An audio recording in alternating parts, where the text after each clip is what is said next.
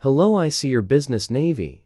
Welcome back. For those who new, welcome. Please like and share for more entertainment and celebrity news. First topic on the list today, Shenseea ceased and desist to London on the track's baby mama Ebony Ivory.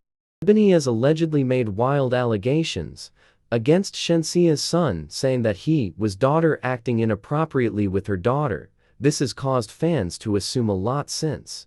She has since posted the letter. Here's what was in the letter. Demand is hereby made that you immediately cease and desist engaging in the unlawful and abusive behavior toward Miss Lee and her son.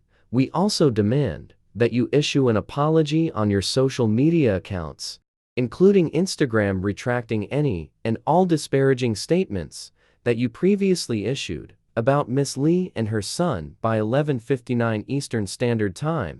Bear in mind that Ebony has a history of going after London on the track's new girlfriends. Feel how you feel, but when you are going to get people kids in your shady behavior, then that's a problem. And in other news, Popcan collabs with former pageant queen Toni and Singh. The song title is Next to Me.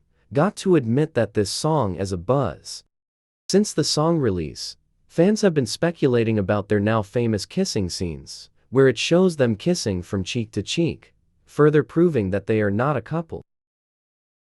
Slick White Line calls out Peanut Dread for asking for assistant.